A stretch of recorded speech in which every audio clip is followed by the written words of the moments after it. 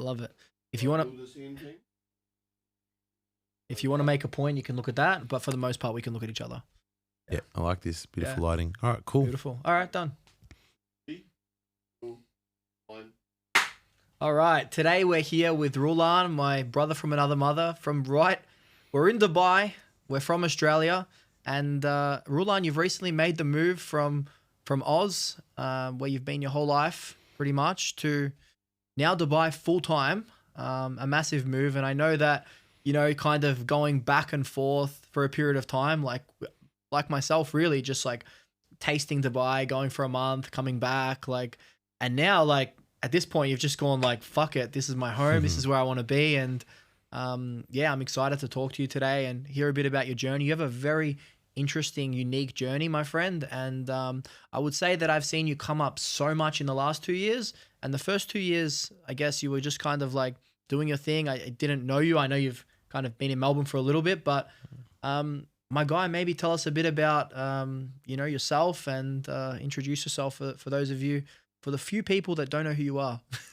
Thank you, bro. That was a lovely introduction. Thank you for having me on. So I go by the name Rulan Al-Baruki. I'm a sports physiotherapist. I go by the name Combat Physio Guy on my socials, but it's actually my company name. And I'm not only a clinician. What that means for those who aren't in this world, not only am I a physio who treats hands-on in the clinic, but I'm also a mentor and educator. So I have an online business, which is an education platform where I've assembled all of my systems online, and it's designed to help clinicians essentially go from good to great. So if you're someone who's already pretty good, you're charging a decent price, but you're not always booked out and you're a little bit scared around how do you want to go about scaling your business, then this platform is for you. So that's my main hustle, and we have the privilege of being here in Dubai, and I get to spend it with someone like yourself, brother from another mother. It's always comforting, when you've got people from where you're from on the other side of the world. It can be a bit daunting for most people, coming here and not knowing anyone. So yeah, that's me in a nutshell, brother. Thank you for having me on. We're lucky to have each other. And also, as I mentioned, you'd come such a long way. I remember seeing you. I think I was one of your first clients almost in Turak. Is that right? You were literally sorry to cut you off, because this is a monumental moment for me, because you were literally my first ever client as a business owner. Okay, wow. So when I first launched my business and I dropped my booking link online, the first person who booked an appointment online was Bo Arfi. I was like, oh yes, someone booked it. I was really excited. And you were the last person to call me as I was packing up my stuff from the Turak clinic before I came to Dubai. So wow, pretty cool, huh? That's awesome. And I would probably say that at the time when I went with you, being one of your first clients, I didn't really know you that well. No. I just thought this guy seems pretty cool. I'm sure he's good at what he does. And hey, I need somebody. I've got a few tweaks that I need handled. And that's cool, bro. Yeah. I remember when you first came and seen me for treatment, I was still working for someone at that time. So that's why it was really special when you seen me working for someone, and then as soon as I left, you were like, this is my boy, I'm not leaving him. Oof. So for me, it's more than just, spending a couple $100 on physio. It's more about the relationship, and that I earned your trust. Irrespective of our friendship, I still earned your trust to look after you as your physio. So that meant more to me than, you spending a couple $100 on treatment. Yeah. Amazing. I love it. And let's talk about going from the shift.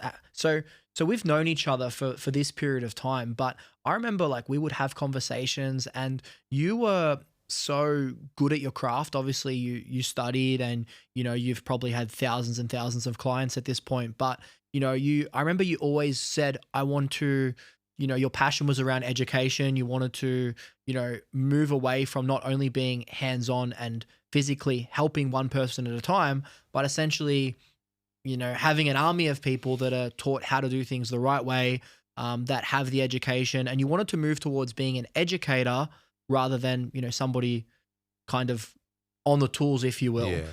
Where did that come from, and why did you even think like that? Because at the time, I didn't see many people thinking like that. Yeah, that's a great question, because it started when I was working for someone. And at that time, I wasn't earning a great deal amount of money. And I was essentially, with all due respect to the previous employer, I was the face of that business. And I was busy, but I wasn't being remunerated accordingly. So I thought, you know what?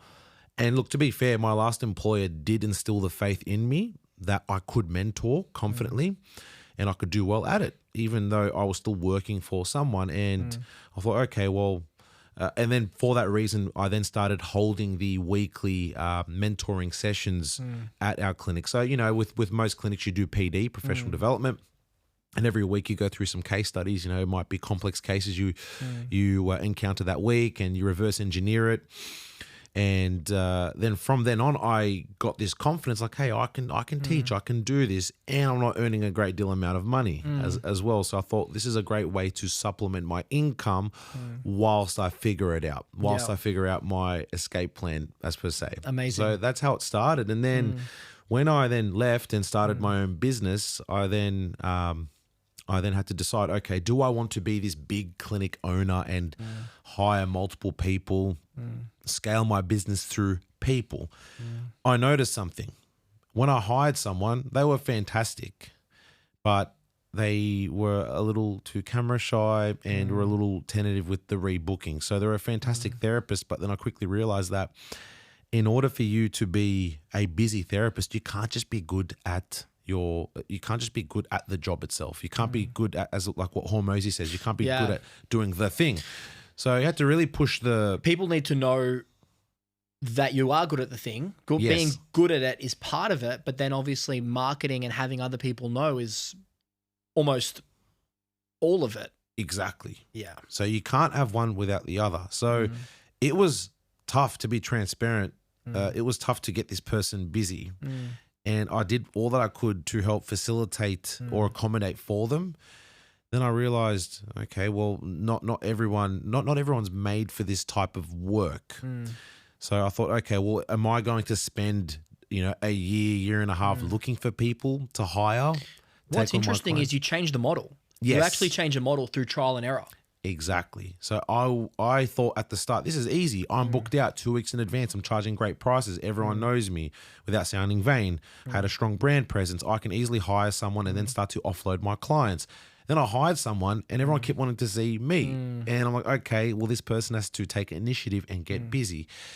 And they were fantastic as a person. They're a great therapist, but being in front of the camera was very scary for them. Yeah, it's tough. And maybe they've got the skill set, but just not having that other piece of the puzzle. I guess the first part of it is actually realizing what your weaknesses are. So probably even before that's probably acknowledging that it's important, then realizing that it's a weakness, and then essentially trying to improve that. So it sounds like maybe whoever that person was, maybe they could either not value it or just think that they're okay at it.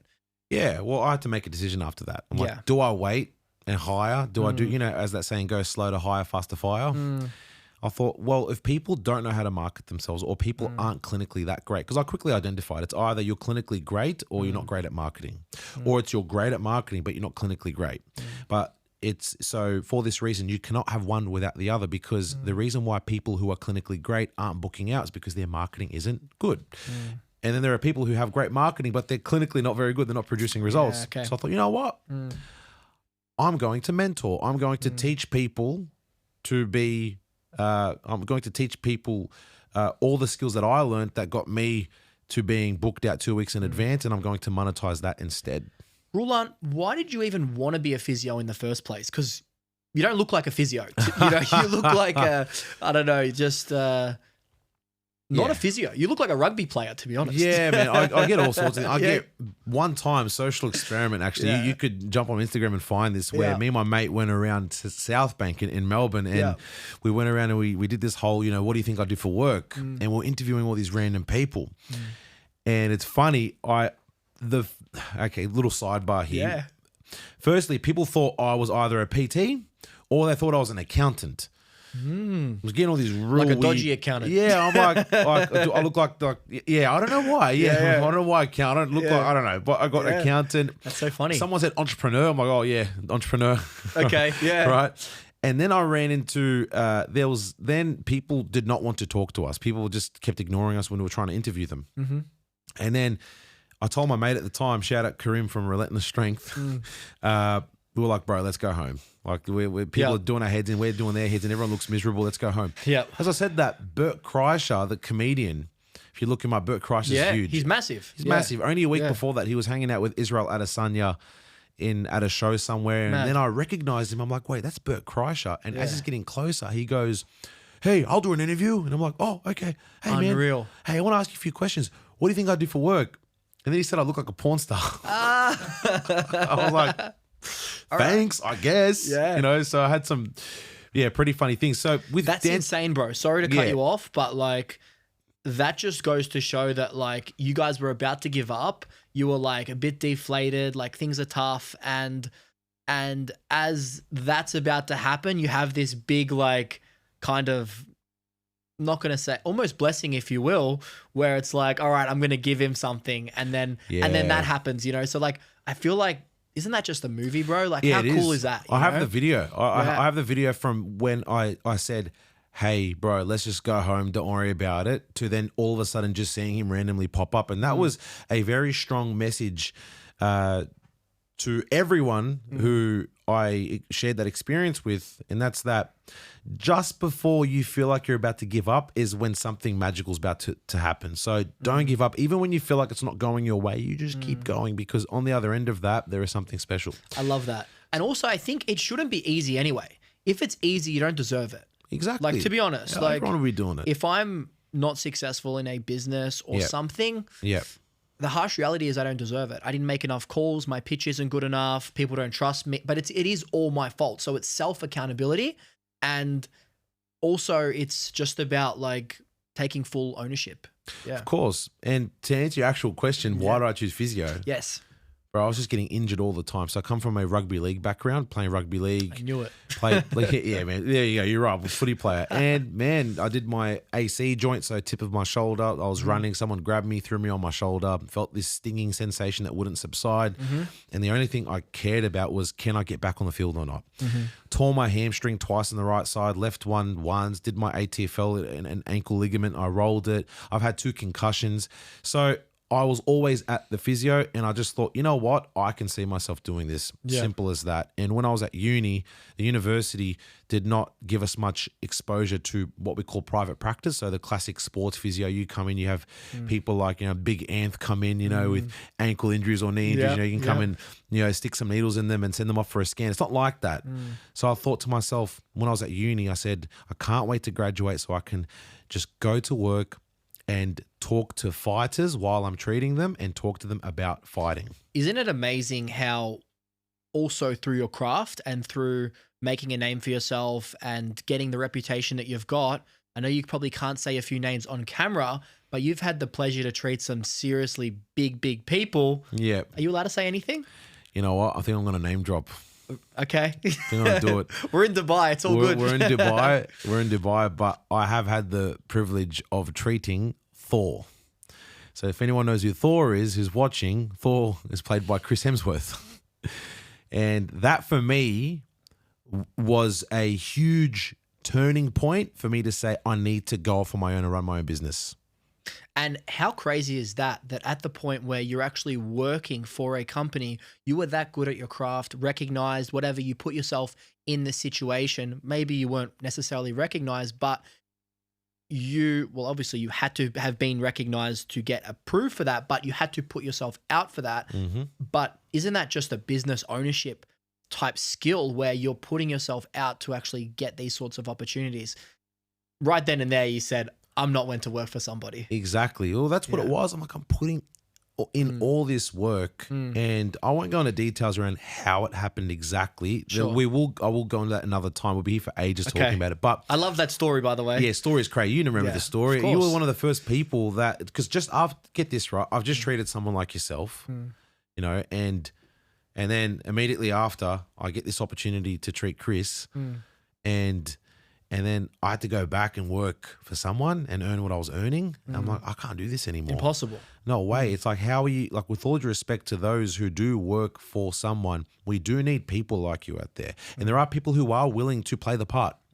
There is a job for everyone in this world. But for me to go where I wanted to go, there is no way I could say, oh yeah, I need to go check with my boss first. No way, man. Impossible. That's not how I was raised. It's just, it's not a part of who I am. That's massive. Okay. Yeah. So that makes sense around the Y physio and then treating Thor nuts. Yeah, I remember that story. Absolutely incredible. Yeah. I wasn't sure if you were going to drop it. Yes. Yeah. Where do you think the industry is going as a whole? Like physio itself, like the changing. I mean, every industry is actually changing. In my industry, I see the fitness industry changing astronomically. Yep. Obviously, shout out to our good friend Jamie Kay, one of the first online PT coaches all the way back in 2014, 2015. Yeah. Now everybody's kind of come into the game doing online coaching, copying what he's doing, I see. Yeah. How are you finding that physio space changing over time? Great question, man. I'll keep saying great question because these are genuinely great questions. Thank you. Jamie and Troy, shout out Troy Thornton as well. Both those boys were fundamental in the turning point that led me to go from being the classic physiotherapy business owner to wanting to go online. And I'll tell you a little funny story here, actually. Yep. We were all having dinner one time at this Japanese restaurant in Business Bay, like 2 years ago. Okay. And on the table, there was Troy, Jamie, and I had my dad as well with me at that time. And there were a few other people on the table too who were doing things online. And I thought to myself, all these guys are in no rush to go back home to Melbourne. I just started my business and I have to go back. And I said, I've got to do something different.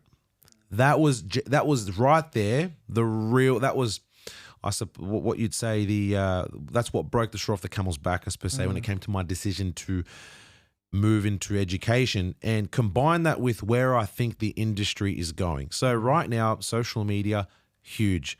You can almost learn anything you want if you have social media. You've now got direct access to mentors, coaches. There is an overabundance of information and value online. So for this reason, people think that they can do it all on their own right off the bat. So from a physiotherapy perspective, you graduate physio. It's not like before, I'll graduate, go find a boss or a mentor, and then go learn all of the skills and learn and gain experience at the risk of someone else. It's not like that anymore. People are graduating and they're like, I can do this on my own. I don't need you. And that's where it can be frustrating from an employer's perspective to hire, at least in Australia. So I do adapt to the market. It's either you bring someone on and you rent your space out to them, or you take a smaller percentage from them, or you explore the option of franchising if they're already established, or if they're willing to learn your systems and you can power them up with clients. You can then franchise your clinic to them. Or you do what I've done, and I just said, well, if you want to be great, you want to be like me, let me teach you how to be like me. Here are my systems, and here's how much it's going to cost. And then as I scale and build myself in the clinic world, which is what I'm doing here in Dubai, which is a big reason, which we'll get to in a moment, why I came here. As I improve, I then continue to take that back to market because I have an audience of people who are watching me document my journey along the way. So for me, generally speaking, I think as an employer, it's harder to hire than before because a lot of people, because of social media, think they can do it on their own. And some can. Don't get me wrong, some can. And you can do it faster. But now you can't just hire someone and pay them $1,200 a week. You're working for me and I'm paying you super, sick leave. It doesn't work like that anymore.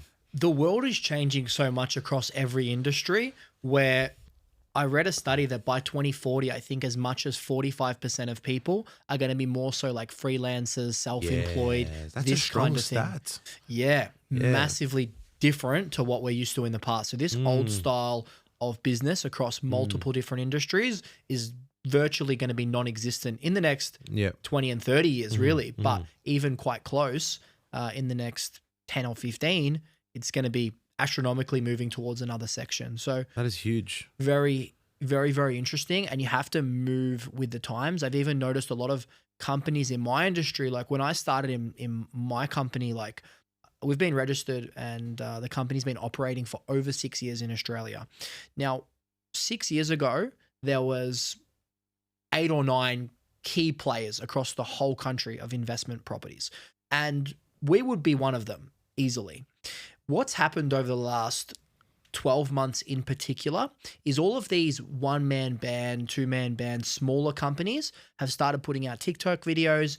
People that had originally worked for, if you call it the Big 10, you know, Maple and a few other companies in my industry, have decided to try and go out on their own and try and make it themselves. And they're putting out the TikToks, the Instagram reels and everything like that. And that just shows that even in our industry, in corporate, property investment, needs data, statistics, all of these sorts of things, people still think that they can do it on their own. And obviously some of them can and some of them can't. But the idea is that the industry is changing, and you know, it's I think like the Big 10, if you will, it's all changing and shifting. And the ones that'll be there in the next probably even 2 to 5 years are going to be the ones that adapted with the times. And if we have adapted well enough, we'll remain in the Big 10 of the country. If we haven't, then, you know, we won't. But that's about like also moving with the times, but also diversifying and using your strengths. So even like coming in to the game of investing young, starting my business in Australia, growing that to a really good level, you have to differentiate yourself. So for us, like we had over 40,000 followers on TikTok very early in the game. We have over 450 reviews across the web, which, you know, a lot of new companies don't really have. You know, we have a big team, big office. So you kind of have to like showcase your points of difference while also like you're leveraging your points of difference. And also like part of the reason is like pushing to Dubai as well and kind of getting an unfair advantage over competitors. So for instance, like buying an office in Dubai outright, big office, business bay, 360 windows, boom, there's like presence, social proof. So it's about like getting an unfair advantage over like people that are trying to do it as well, because everything's a competition. So you have to kind of like stand out. And that's sort of like what I've tried to do in Dubai as well. And like, that's my approach to like this whole thing. That's huge. You know, to reinforce all of that, those are all exceptional points, because that's something I've started to realize as of late, as I've started to draw comparisons between the markets here in the UAE, especially in Dubai versus in Australia. You look at Australia, it's pretty easy to stay in the middle. Pretty easy to go to work 9 to 5, earn a couple grand a week, go out on the weekend, do it all again, you know, throughout the week. In Dubai, if you come in, it's either you're coming in as a, you know, someone who's just purely working for someone, whether that be a laborer, whether that be, you know, in the restaurants, wherever it may be, or you work a strong corporate job where the pay is higher, generally speaking, or you come in as an entrepreneur and, you know, you've got to start from scratch and you come in as an investor. And and if you look at both markets, if you look at Dubai, it's hard to stay in the middle, right? You got to choose one. You know, so you got to be able to, you got to choose it. You're either gonna, if you stay in the middle, you're gonna have a real tough time. You may as well go back to, you know, whichever country, you know, For sure. you know, For sure. So you have to push to be that business owners are the ones absolutely dominating. Yep. And working in any industry is kind of just getting by, if you will. Yeah, exactly. So for me now, coming in as a business owner, I've had to compare what's the market like back home, what's the market like here. Here it's like this, it's competitive, right? It's very competitive. It's, you got to be fast, and a way, and for you to get good or for you to stand out or to move fast is that you have to do things to stand out. And you've just given an example of, you know, a great example of how to stand out. And how did you stand out? You just weren't afraid to spend a little bit of money. And that's one thing in Australia. It's actually really easy to stand out. Now that I've come here to Dubai, and you've got to be really competitive here, if you take that same approach, that same mentality, and you take it back home to a much slower, steadier market, it's a lot easier to stand out back home. Take over the game. How do you feel about the idea, the mindset against your competitors? Like, do you not think about them? Do you think about them often and study them? Or do you look at them and go, you're not shit, I don't even think about you, and everybody's shit except me? Like, what what sort of way do you gravitate? Do you watch, not care? You asked this question a very timely. It's very timely that you ask this because I got asked this a couple of days ago. Okay. People ask me, how much are you charging in Dubai? Be careful because everyone checks the prices here and other competitors there are other good physios or other good clinicians that are in the market. I don't even hear that shit. Shut up. Exactly. Yeah. With all due respect to those who ask, I don't check the price points of other clinicians because I know my worth. I know that I've got runs on the board. I've got proof to show I've got runs on the board. I've been doing this for long enough. I'm very confident in my clinical ability. And if I check the markets, if I check my competitors, I believe it's a race to the bottom. If I'm looking at how much you're charging, then I'm competing based on price. If I'm competing based on price, the only way I'm going to compete with you is if I drop my price. So I think that it's good to get a rough idea of what people are charging. But for me, if you like me, then you'll pay whatever. You won't even check whoever else is charging or whatever else the market is charging. You won't check. You won't care. So for me, I just worry about myself. Yep. And that's it. Especially in something like healthcare, it's very personal. So even if I'm not doing if I'm not as clinically competent as the other practitioner, but if you like me, you'd be like, you know what? But I like Rulan. I'm going to spend the money. But even it's like. People do business with people they like, they trust, and they respect. Yep. Like, easy. Done. That's done. Everybody likes you.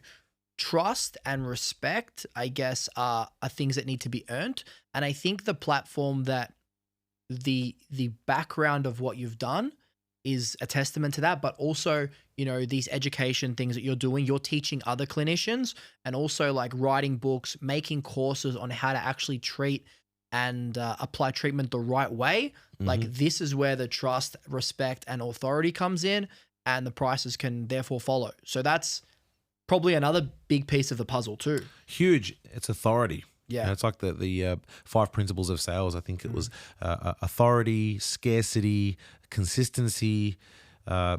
I forgot the other ones off the top of my head, but a huge one's authority. Because if you're viewed as an authority, people will respect you and trust you more and are more likely to invest in you. And for the guys at home, some of the ways that Rulan has been able to build authority is having the track record, putting himself out there. He's got courses, educational content. Is there anything I've missed? Is there something specific that maybe other people who look at you and go, I want to be like Rulan, I want to have this kind of authority that we've spoken about? Is it a combination of things, or is there one or two kind of key things that people should be looking at? I think the key thing is getting a mentor or what? Yeah. So yes. So I'd say 2 things. 2 main things that help me, that will, in my opinion, might sound a little egotistic or arrogant, but I think that if you can follow these 2 things, you will not go wrong. Number 1, find a mentor early on. And some people go, yeah, but you're doing that just to promote your mentorship. No, there's a reason why I'm already in a position to be able to mentor. And that's because I found a mentor super early on that helped substantially reduce my thinking time so that I can make better decisions faster. So you don't have to make mistakes first for you to learn. If you can find someone who's going to help you avoid making unnecessary mistakes, it will catapult your trajectory in the industry. Definitely. And by having a mentor, you're also like saving a lot of time, whereas, you're making those mistakes previously. The best way to learn is to learn from somebody else's mistakes and learn how to do it the right way. The second best way to learn is basically learning by your own mistakes. So it's still good to take action and try if you don't have a mentor. Obviously, action is going to teach you things and it's a great thing to do. But if you can learn from somebody else's mistakes, then you're saving a lot of pain and you're learning the right way through somebody else's pain. And that's the whole point of having a mentor, I think. Yeah, that's 100%. And to add to that, delayed gratification. You've just got to accept that it's not going to happen immediately. Rulan, something I'm very interested in is your confidence is probably something I haven't seen from anybody, really. Like, thank you, brother. For years, Don't make me blush. Yeah, but it takes a special kind of person to just be able to go up to people on the street alone with a camera and be like, hey, I'm interviewing this, that. Like, not everybody's confident doing that. Now, okay, it's more accepted, sure, but doing that 2, 3, 4 years ago and just going like putting the camera in front of your face and talking. And yeah, that's maybe easier to do and more accepted now, but it wasn't 2, 3, 4, and 5 years ago when you were doing this sort of stuff. So my question to you is, where did this confidence come from? Was it inbuilt from your parents' relationships? Like, where did this kind of come from? And I know like your sister is very confident, very out there, and she does amazing things as well. So how did your family impact how you are as a person? Or did the confidence come from yourself and you and your sister are just similar? I'd say it comes from my dad. It directly comes from my dad. We're very confident. And I think it's one of these things where you either naturally have it or you don't. But in saying that, I did have to consolidate when I was younger. I did have to learn how to be confident. So there definitely is a balance between nature versus nurture. So although I've always been naturally confident, I've always naturally been the class clown as per se. I don't mind being center of attention and cracking the jokes and being the funny guy. And but early on in my life, like I was petrified of walking up to a girl, for example, and asking for a number. I'd be so scared, and I have mates of mine who'd make fun of me. But a lot of that just came from when I was so young. It came from being insecure, being a bit on the chubbier side and being young and no life experience. But being around my father long enough, from the age of 16, from 16 years old, I was traveling interstate with him for work everywhere. Newcastle, Melbourne, Adelaide, Queensland. Then I'd go overseas. I took a first class ticket with him to Dubai at like 15. Wow. And then the flight attendants thought I was older than my age, And they would try and give me, they would try and give me champagne on the plane. I'm like, I'm 15, And so being around shout out to Emirates. Yeah, shout out to Emirates. Yeah, best airline in the world. Dubai, #1 city. Of course. So, so from a young age, being around that, there's a lot of passive learning that comes from that. And eventually one day you just don't have this problem of just moving the needle, getting it done. And I think also, I'm going to offer you a little interesting perspective. Being the big guy, being the guy who can fight, who can defend himself, or being viewed as the tough guy, like I'm not about that life. I'm a good dude. I'm no gangster as per se, but being viewed as the tough guy and who people don't know me, it's almost like an expectation. I've got to be confident. I've got to be the smooth guy. So I think growing up, there's to some degree you carry a chip on your shoulder a little bit because you're always expected to be confident all the time. So it's almost like I have to be this confident guy all the time. But hey, man, I'm human. I remember I jumped on a podcast not long ago and I was nervous for the first 5 minutes. I'm like, I wasn't being myself, Yeah. So what's your mindset around it? Because I can see very clearly that you don't worry about other people's judgment. You don't even think about it. You just go up to people and you just have a conversation no matter who it is. And you don't get intimidated and you don't really care if they like you or they don't. And you just back who you are as a person. So So my mindset would be that I'm going to get pretty deep here, but that's it. Man, I had one of my very close mates. He literally died for 4 hours and 47 minutes. And I had to realize, and then he literally miraculously survived. Background story: had MS, multiple sclerosis, had a lung transplant, body rejected the lung, had sepsis, died. Had a seizure, woke up, survived. But when I got told that he only had a couple of days to live, and he was a good friend of mine, and I was treating him every week and seeing him steadily decline, I had this huge epiphany about life, that all of this around me was just a facade. That all of this didn't matter, that we were just on borrowed time here, that we're just on holiday here. Like right now, being in this podcast, that this is all just, it's not going to last forever. So once I had I was blessed by God to have this realization very early on in my life that all of this means nothing. At the end of the day, we're all going to the same place. You're not any more important than me. I'm not any more important than you.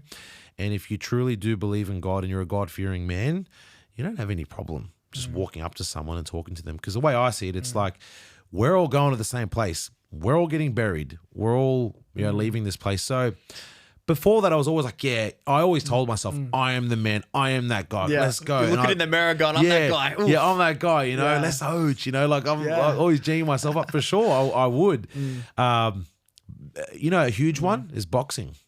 Okay. A huge one. So that's my life realization. Martial arts kind of. Martial arts, man. Yeah. Being in there, sparring, getting hit, being wobbled, and knowing, okay, I can get wobbled and I can still find that part in my brain or deep down where I can still fight. And being around strong role models like my older cousins back home in Melbourne, my dad. How did your father instill confidence in you? I just, you know what, from a young age, from the age of 13, he would actually tell me, you're a businessman, you're the man, you're this, you're that, from a young age, bro. The only person I was scared of growing up was my dad. Okay. You know, I wasn't scared of bullies or anything like that at school. I was just scared if I didn't handle myself, I'm going to be like my old man. So yeah, from a young age, it conditioned me to know I am that. For sure. And you've traveled around as well. So I'm interested in, because you only moved to Melbourne from Sydney around 4 years ago. Yeah. I didn't even know that, because you're very well kind of engulfed in the community of Melbourne entrepreneurs. I mean, everybody knows you. You're friends with everybody, but I had no idea you were only in Melbourne for 4 years. So tell us a bit about that and why'd you make the move and how's it all? So I obviously born and raised in Sydney. Shout out Western Sydney. That's where I was born, where I was raised. And I moved to Melbourne because when I graduated, I had no idea what I was doing. I didn't know how to be a good physio. So I needed a mentor, needed to an employer to show me the ropes. And at that time when I graduated, I found a job. I got hired by someone that I looked up to at the time, and I just didn't hesitate. I said, I've got to move, because first, it was exciting to change. I always loved Melbourne, and I had family in Melbourne as well from my mum's side. So it just made the transition seamless. And I just made the trip down. So it was a combination of, I wanted to have this new experience, and it was also a career kind of change. But I guess that goes into a bit about what we spoke about on another podcast, where we chatted about, you know, your the decisions that you make, and, you know, getting out of the mundane day to day, like kind of. Like I'd read something a few years ago, and it stuck with me. It says, life is about your experiences and the intensity of your experiences. So it sounds like, you know, you're kind of mixing up your day to day. You're moving to a new place. You don't want to get stuck in that mundane, every day's the same. Because as Anthony said, our last guest, you know, you can blink and these people feel like a year's gone by. Yeah, so that was definitely a huge part of it, because I do, even my move from Melbourne to Dubai, like, look, I'm proud to say that because of my attitude towards not wanting to lead or live a boring life, man, I have no problem jumping on a plane and going anywhere. That stuff excites me so much. So big reason why I came to Dubai, I came here 2 months ago. I've been visiting for like the last 10 years, back and forth. We have a clinic here, largely based around cosmetics, etc. And my business has now gone online. So I thought, okay, well, wouldn't it make sense? I don't have to.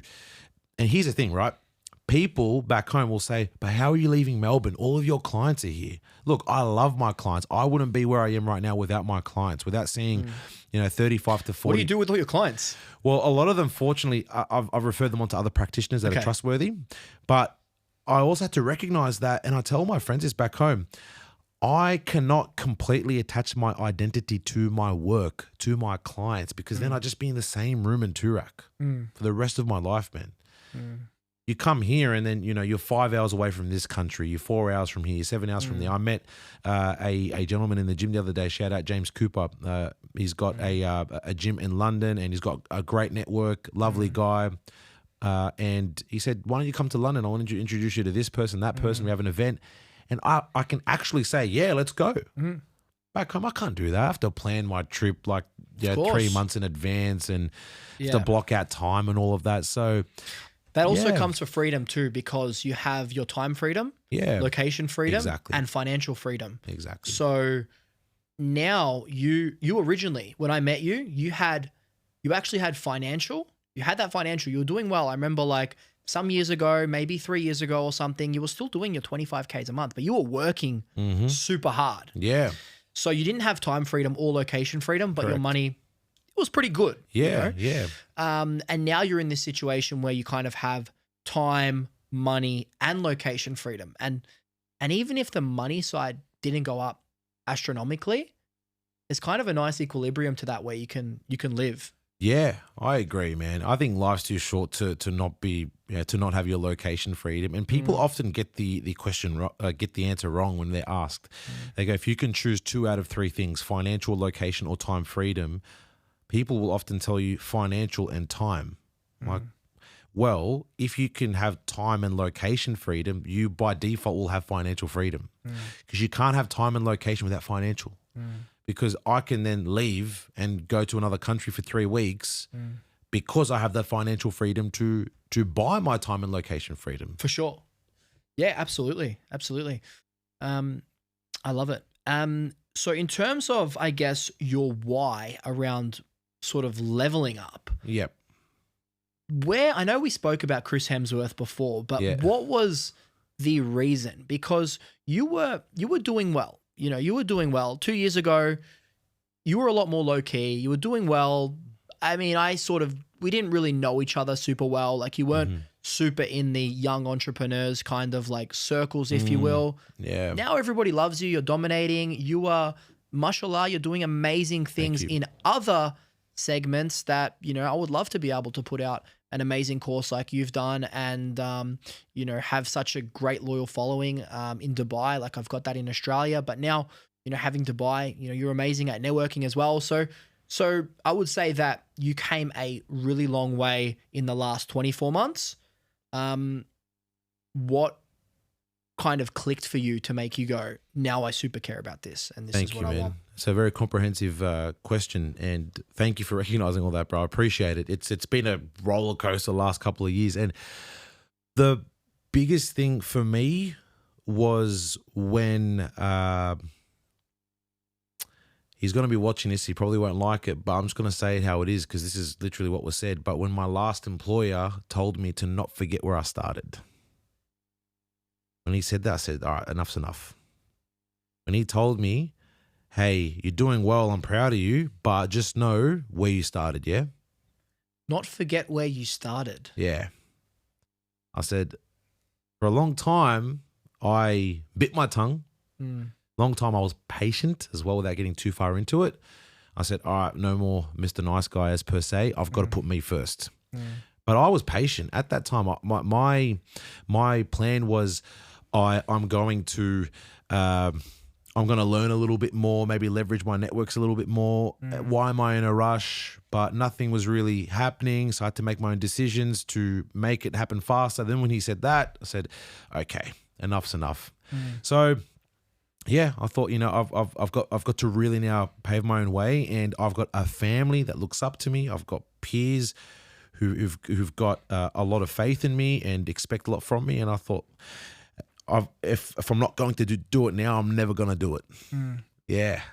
I love it. Yeah. And sometimes the universe puts these sorts of situations in front of you. They give you more pain until you crack and you go in the direction that you should go. Yeah. And I think that goes with a lot of things. Like, for instance, you know, you may be driving your car a little bit recklessly, and like, I'm going to make an example, but you know, when I was 18, I had this ute, and when it was wet, it was like very light at the back. And when I was wet and there were no cars around, I kind of whip it a little bit and get a little, just a little touch. And then I did a little bit more, and then I did a little bit more, and it was funny. But I'd never do it around people or anything, full disclosure. But once I had 5 lanes free, right? Here we go. And I was like, there's no one around. We've all been there before. I'm going to do a nice one. And I'm going to whip, and I kind of went like, and I kind of nearly lost control of the car. And I kind of watched, and I was like, oh shit. And luckily I had 5 lanes, but it's probably about a lane off hitting the side. Not super quick or anything. And that was enough for me to go, I'm never doing that again. And that was at 18. So what I would say is that if I didn't listen to those warning, I didn't listen to the little warning. If I didn't listen to the big warning where I actually lost control, like who knows where I'd be. And I think life's like that in ways as well. Like if you might get little warnings, you might get things like, you might get pain points, you might get things. And I think like that pain can sometimes be, or that warning should be like, you need to change. Yeah. And that frustration that you were getting from your work, that I don't like being spoken to that way and that sort of thing, or that constantly getting shit on potentially. I don't know the exact situation, but enough of that happens and then it needs to force a change, and then that change then sets you on the right direction and the path that you're meant to be. So I would say that you always need to be attentive to that. I would also give another example where for me, when I was very young in high school, like my dad left when I was very young, and I was sort of like, when I was 12, he was gone. It was just my mum, and my mum would work a lot, and I would have these parties at my house. And, first of all, I'd have 20 people over. So what's changed? And then I'd push. It's a good point. And long story short, I had this one, and my mum was away in China, and I had the whole year level above, below. I had guys from the footy club come. I had 300 people at this house at 16 years old, and I didn't listen to the little warnings previously, and suffice to say, it did not end well. Some things got trashed, some fights happened, police were called. It wasn't pretty. This was at 16. So after that, that's what it took for me to go, I'm going to be a bit more responsible. I'm going to start to listen to the warnings that I got previously. Maybe there was a little fight. Maybe there was something where I thought, I feel a bit uncomfortable in my gut, and I ignored it. So then something a bit worse had to happen. And we learn through pain, something pretty bad happened, but we learn through pain. And, 100%, man. Yeah. It's like us in the gym, you have a couple little niggles until bang, something is ruptured, and it's not a problem till it's a problem. Definitely. And let's say in terms of Dubai itself, like I know that you were obviously doing very well in Oz. Things were great. You have plenty of clients. Yeah. In Dubai, if I'm not mistaken, we had a conversation. You're charging nearly double what you were in Australia, and your calendars are full. Mm-hmm. Tell us about that. You know what it is? It's a clean slate. I can start from scratch. In Australia, it's really hard when you've already got an existing database or clientele, and you go from charging them, $159 for a review, like a return visit, to then say, all right, we're charging $300 now. Or then having to wait out the incremental increases in price, like, okay, it's now $169, $179, $189. And the thing is, in Australia, the market's different. So the market price is lower generally, and people will compare you to everyone else, where there is a strong hybridization of services, meaning that there are a lot of massage therapists doing what physios are doing, a lot of chiropractors doing what physios are doing, vice versa. So you're being now compared to a larger pool of practitioners or competitors who are charging lower prices, and they're happy to see 30 or 40, 40 or 50 people a week and work in their businesses versus scaling to the same degree that you'd probably see on this side of the world. So people are happy to charge lower prices back home compared to here. That's my interpretation of it. So for me, I hit a market cap back home. I don't think I could have charged any more or much more than I already did. I could probably I was charging $230 for my initial consult, so my first session. I could probably go up to $300, but what's that, $70? And after that, no more. Well, I can go down the road and get a similar service to yourself for $190. And thing is that as much as us as business owners, we like to pride ourselves on, are we solving your problem or not? From a consumer's perspective, it's like, well, this person's doing all the things that you're doing. They're cupping, they're massaging, they're needling, and it's all over socials. So it's hard to really then up your price unless you are happy with only seeing 15 people a week and you've got other people working for you. I've come to Dubai and I've just simply looked at the market just look, as I said before, you don't want to, not to sound like I'm contradicting myself, but you want to see what's the market like? You know, what are people charging? Yep. There are massage therapists here charging 350 up to 500 dirhams per session. A massage therapist. They're not needling, not cupping, just massaging. Just massaging. And I'm like, okay, well, I'm a diagnostician. I can assess, with all due respect to masseuses out there, they're incredible, right? But from a scope of practice perspective, I can assess, I can diagnose. I have a vast range of manual therapy modalities I use, like deep tissue massage, active and passive release techniques. I can dry needle multiple body parts, tendons, cartilage, ligaments, muscles. I can do electro dry needling. I can fire cup. I can mobilize. I can adjust. And then I can build out strength and conditioning programs the same way a strength and conditioning coach can do it. Actually get you better. And if I can't help you, I'll quickly identify where or who you can go and see based on the network I already have. So that's a lot. And then people are charging 500 dirhams. So, so then I said, you know what? No, I need to charge my worth. There are practitioners here charging 1,000 Australian dollars. One of my mentors back home, I'm not going to name him because I don't know if he wants people to know this, but he's now charging $1,000 a consult because he doesn't want to work. So I said, you know what? And people here have their insurance. Most people here use their insurance, and people who prioritize their performance will pay. I thought, you know what?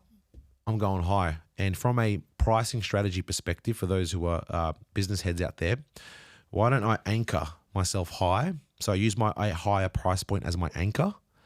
And then I have wiggle room for discounted sessions where I'm still charging at least 30% more than what I would do back home.